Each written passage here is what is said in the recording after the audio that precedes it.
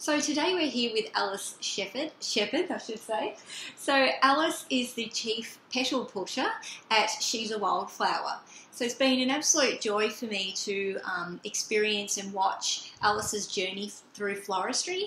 We're going to take a little bit of a deeper look into that today, and also look at some of Alice's wants and wishes for the future in her career and in floristry as well.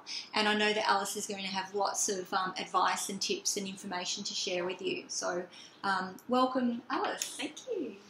So thanks for having us here in your gorgeous studio. It's beautiful. You've done such a good job. Did you have like a vision in your mind of what you wanted your studio to look like? Yeah, we did really. So I guess how it all sort of started was we wanted to renovate our house, and we had plans of me sort of working from home, which I was working from home originally in a sunroom that from about 1 o'clock in the afternoon would be a little hot box, so it was very stressful. So I guess it was sort of all planned around that, and it needed to be purpose-built for a florist studio. Sure. And luckily I've got a partner who is very handy with sort of all that coming together, and also very supportive in making sure that that did happen. So yeah, when we built it, we made sure that we had an office space, a lot of storage, a large workroom, just in case, like, if I have a huge wedding on, I can at least have, 3 other people helping me, and then a bathroom and stuff. And I really wanted it to be a place that I could bring clients and brides here to have a meeting. So yeah, I guess it was all sort of built around that, and that was sort of the plan from the start. Yeah, great. Yeah, and it's absolutely beautiful, and it is definitely, you've created a space that makes you feel inspired to be creative and work. Yeah, it's just gorgeous. But you've also got this beautiful outlook as well, and light coming in. So yeah, it's really great. So well done. Thanks. We're still sort of doing, like, being an obvious florist, like just tinkering and making sure that you sort of decorate your little corners and stuff. So that's always fun. But no, it's nice to be here. That's terrific. Yeah. So I think it's really helpful for people to get a sense of where you come from, before we sort of look into where things are now and then into the future as well. And so, one of the things we know about you is that you didn't leave school and then become a florist. No. You're one of the new age florists, and which is an exciting thing, I think, for the industry, this new breed of florist that I like to describe, because you've come ready with all these skills and knowledge that no one else in the industry has. Like, whatever it is that you've done before floristry, now you bring it into floristry with you. And that creates what I call, people's X factor, because it means that you've got totally unique skill set that no one else has. And so it makes for a really exciting new industry when we have people like yourself in it.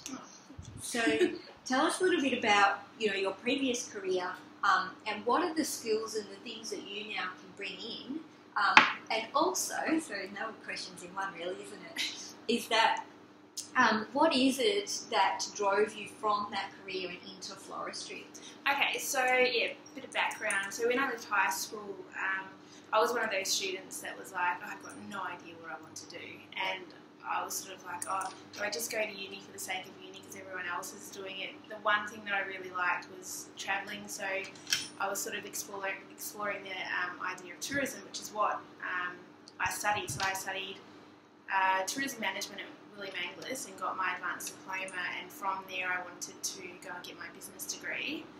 So I majored in tourism management there. So I guess in that degree I got all those sort of marketing skills and, like, how to run a business and all of that. So yeah, that was really good for obviously what I'm doing now. But when I was studying at TAFE, I actually took an event subject, and when I left uni, it was during the global financial crisis. So tourism was really hard hit, and to find a job in tourism was really hard. So I guess what I fell back on was event management.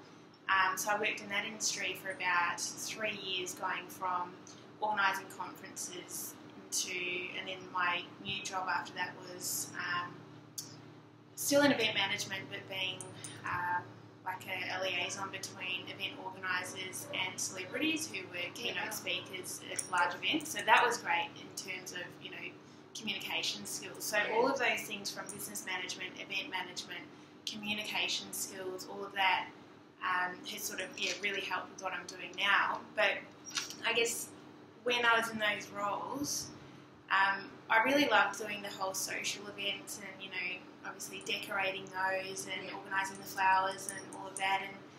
But those roles weren't coming up often enough. And this is going to sound really silly, but I always imagined myself being in a role where I was wearing like overalls, or I was outside, or I was doing something creative, but practical. That's right, but I didn't know if I had a creative bone in my body. So I was like, oh, what am I going to do? And again, Tom being so supportive of me, he said, well, why don't you look at floristry? And it wasn't until on my 25th birthday, one of my friends had made me like a little posy from your mum's garden, and I was like, oh, floristry. I just couldn't get it out of my head. So that's when I ended up speaking to you about going to floristry and everything. And I studied the Certificate 3 for a year. By the end of that course, I got a job in the industry and worked there for 18 months before I finally decided to sort of go out on my own. And now I've forgotten the next part of your question. No, that's okay. That's right. You've really covered it. It was that, the next part was what progressed you into floristry. Oh, well, there you go. Yeah, so it was going from, just getting a little posy that a friend had made for me to, I think it was within a couple of months. I remember it was at the end of the year, because my birthday's in November, and, you know, for Christmas, Tom had got me floristry books and a pair of snips, and I was like, I just can't get it out of my head. And I had actually gone and spoken to some florists in Melbourne, because I was living in Melbourne at the time, and I said, oh, you know, what does it take to become a florist these days? Is it as simple as, you know, sweeping the floors and, you know, you work your way up? And they said, oh, you need to, you know, at least do a course these days. So I thought, okay, I'm going to be dedicated, I'll go and do that. And that was actually Flowers by Yvette, who were really lovely. Great. They took me behind the scenes and showed me out the back and stuff. That's and I was fantastic. Like, oh, this is what the industry is like. You know, they're all super friendly. And so, I guess it all sort of started from there. And I just couldn't get it out of my head. So, it was just a drive that you had and a pull towards it. Yeah, and I thought, you know what, if I don't want to touch another flower at the end of this course, then at least I know. Yes. And, you know, I've done it, and I won't be sitting back going, oh, I wonder if I, you know, if I had become a florist and see where it goes. But, no regrets at all. So. That's fabulous. Yeah. So you won't be one of the people in the nursing home wishing that they'd done something. Not me. Got out there and done it. Yeah, that's right. So good. Yeah. And so it really is, you know, it's become your dream job, and it's come through. Yeah, and I have those pinch myself moments where I go, wow, like from where I was and then getting to here. Yeah. And also, you know, starting a business as well, being in Barwon Heads, a place that we love. I feel very lucky to be doing that. Yeah, it's amazing, isn't it? And it's so good and fulfilling when you see the road that you've been on, because in the moment, sometimes you can think, oh, why am I doing this? And it's not leading me to where I want to be. But in fact, it's all a perfect plan, isn't it? And you've been able to utilise everything that you've done previously. Yeah, definitely. Yeah, it wasn't until when you said that, like going from where I've been and including all those skills and stuff. Seeing where I'm at now and seeing that it's all come together so perfectly. So it's amazing. So thank you for highlighting that. You're welcome. You're welcome. And so tell us a little bit about so you got started, you made the decision, you're courageous enough to say, okay, you know, this is what I want to do, and I'm going to give it a go. And as you said, if it doesn't work out, that's fine, but I'm at least not having those regrets. Yeah. And then you've done it and you've realised, actually, yes, I'm loving it. Yeah. And I think the love just grew greater, did it? Yeah. From that point on? For sure, yeah. And I think each year, like, it just keeps getting better and better, and, you know, you see the flowers that are coming through, and it really excites you, and, you know, working with the seasons and stuff, that's what, I love about it. Yeah. You know, if you have the same flowers around all year, and if you're doing the same jobs over and over and over, I think I just get so bored of it. Yeah. But I don't think you get bored, and there's so many inspiring people out there that, you know, you look to who might be, Australian florists or florists from overseas. It's just, so much So I think, I'm so glad that I don't feel like I'm stuck in a rut. I'm just trying to, that constant variety, isn't it? Oh, definitely. And I mean, it is listed as one of the 6 basic human needs in life. So oh, really? That's why floristry is loved by so many that's for that right. reason. Yeah.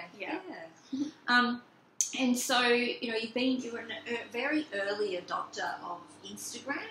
And in fact, that's how I learned about Instagram because you shared it with me. Yeah.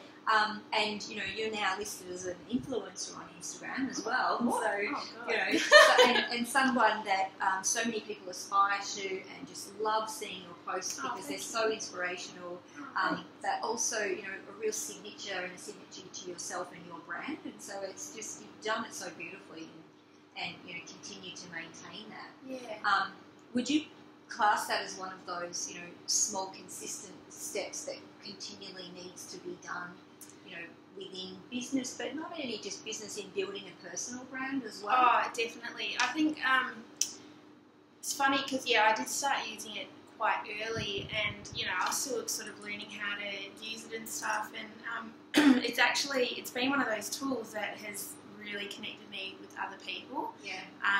And I think that's how I sort of built my brand and got to know people and put the business out there and everything, which can be quite daunting because what you like other people might not necessarily like, but I think Instagram's one of those things where it's because it is like you use it multiple times a week and everything.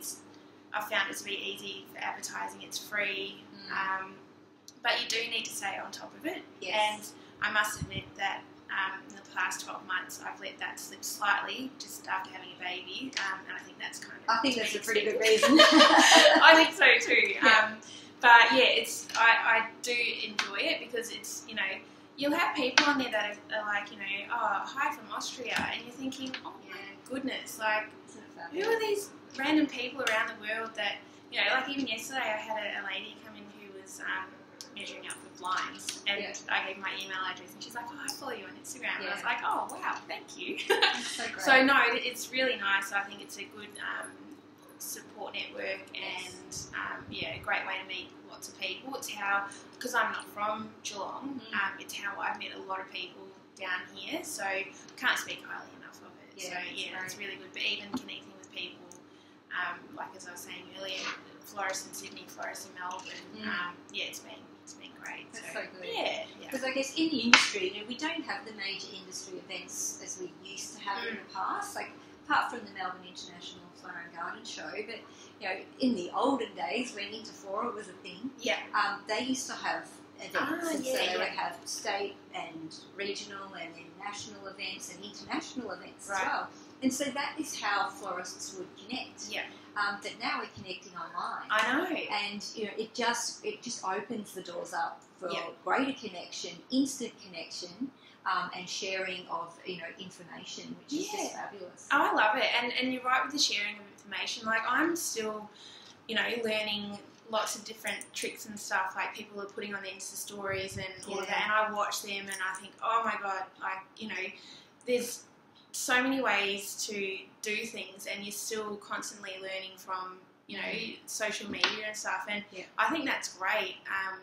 Just seeing how other people do things and what could be an easier way, like wrist corsages. If there is anyone that has an easy way of making those, I would pay good money to learn. But no, like I think it's great, and I do pick up little bits like that, and I go, oh, so cool, that's how they do it. All right, I need to try that out. So it's good. It's good. And from all aspects of it too, isn't it? It's the practical side of floristry, but it's the business side as well, marketing, all of it. So it's all shared, which is really great. That's right. It's free. It's great. And so as you were saying, like the last year, you've had gorgeous Peggy, which is a beautiful addition to your life. And I think probably also, one of the fabulous things of floristry and having a studio at home is that you can still be a mum and be a florist at the same time. That's right, Whereas again, going back to those olden days when I started floristry, I remember parents having bassinets under the workbenches in stores and all sorts of things. And so it's very different now, and I think that's again one of the exciting changes of the faces of floristry as we see retail diminish, which is forecasted just to continue diminishing. And home studios and warehouse studios being the main players in the industry. I think that does open up more flexibility for women to continue on their careers, continue their businesses, and still get to enjoy motherhood at the same time. Well, you're right, and it was when I decided to go out on my own, like there was, that was, how old was I then?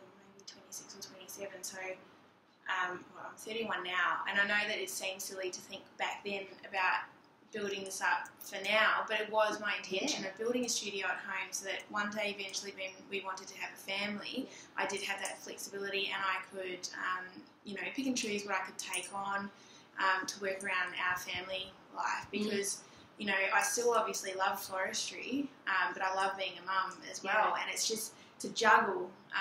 And I've actually asked a lot of friends, like, how do you do it? Like, is there a secret? And everyone says, you figure it out. Find your own mix. Oh, you do. And I think after a year now, as I said, I sort of went back into work maybe a little bit earlier than I intended because I still have that passion for floristry and I was itching to get back into it, which was a struggle. Every time I go to the flower farm, I have Piggy strapped on the front of me and I'm, grabbing flowers and she's trying to grab flowers as well, which can be a bit of a nightmare.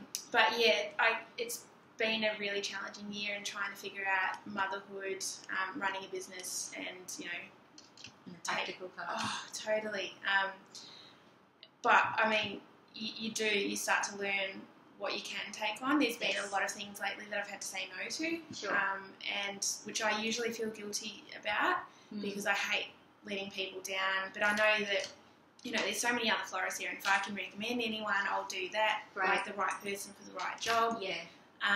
But it's just still, trying to figure it all out. I think I'll be doing that until she's 18. That's right, and everyone's still doing it, and I think, I deal with brides mostly, so I think they understand as well.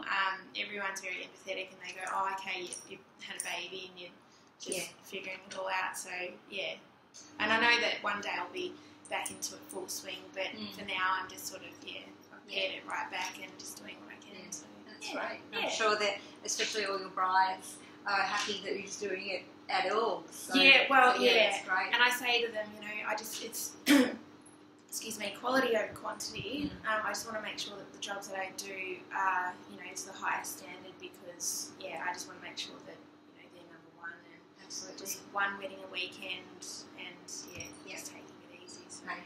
Definitely, Great, excellent. And so, so moving on into the future, are there any major goals or plans that you've got that you want to share, or is it just continuing on a day-to-day basis at this point? I think at this point, I'd love to do something down the track of maybe sort of doing, something maybe in like a print collection of flowers would be quite fun to do, but obviously still doing what I'm doing now is running weddings and just working with fellow creatives and stuff. That would be really good, so like collaborations. Totally, collaborations are great. I've had a wedding a couple of weekends ago where I had a friend help me with that, and it was so relaxing. And usually I go into it going, oh, okay, there's so much I've got to do, but having someone work beside me was really helpful and it kept me calm. So stuff like that would be really good. But I think for the industry as a whole, and I know that a lot of florists are wanting this is sort of having it become a bit more sustainable. It's a hard one because, if we could make a product that could make it more sustainable, then we would make it, but obviously we're focusing on the flowers, so like where possible I buy locally grown flowers. It makes for a big week when you have to visit a lot of different flower farms, but I think that it shows in your work and the quality of the flowers is really good. So I guess moving forward I'm really hoping that a lot more flower farms might pop up and you can buy direct from the farmer and know how they're grown and that they're passionate about what they're growing and everything. But just a more sustainable sort of future for floristry would be great. Right. Yeah, and I try and be sustainable where possible, you know, like keep the green waste as green waste, recycling is recycling, and Terrific. I try and do my bit where possible. So, That's excellent. Yeah. And I think the slow flower movement is just becoming greater and greater and greater, Definitely. especially now that like Flora Farmer are sharing their information via their online course and that type of thing. I think that hopefully worldwide we'll just see a greater expansion of that and more availability, which would be wonderful. Yeah, my ideal world would be to have like a small block of land where I could, you know, grow my own flowers. But imagine that. Yeah. I can only just get through the flower Yeah. so it's a whole other job in itself. So Yeah. I'll leave that to the professionals. Yeah. And I'll buy it off them. But I feel the same way. I thought maybe next lifetime. Yeah, I know. Yeah. Let's hope for that. Yeah, it's a big one. Yeah, All that's right. right. Thank you so much for joining us today and having us here. Oh, you're welcome. It's just a beautiful place, and I've really appreciated being here and Thank you. spending the time with you and watching your journey in floristry. Oh, thank you. And can't wait to keep watching it as Yeah. it progresses. So. Oh, I'm happy to share the space with you. It's nice having people here. So Thanks, Alice. No, thank you. Oh, one last question. Oh, go. So, question for everyone this is. So, given what you know now, if you had one piece of advice to give someone who maybe is still in a previous career, hasn't shifted to floristry yet, but is considering it, and what advice would you give them starting out? Or Okay, so I get asked this quite a lot. Okay. I get lots of emails and from people saying, like, you know, I know where you started, blah, blah, blah.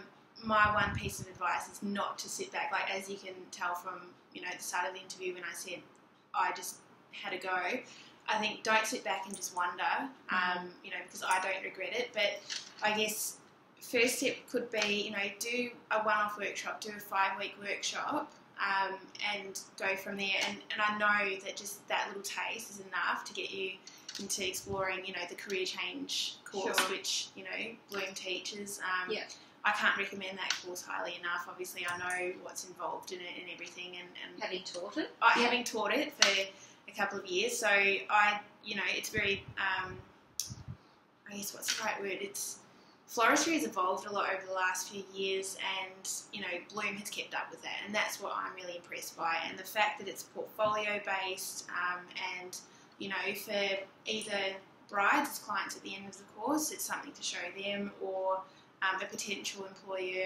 I think that having that portfolio is really important. Having a piece of paper that says, you know, I've completed a course, you know, that's great, but being able to see the work at the end of it is really important too. So, yeah, even if it's just, you know, doing a couple of workshops, I think, that's enough to sort of, dip your toes in and give it a go. Yeah, that's right. And I don't think people would go back after doing something like that. So, yeah, that's what I highly recommend. Excellent. Yeah. All right. Thanks, Alice. Thanks so much. No worries. All right.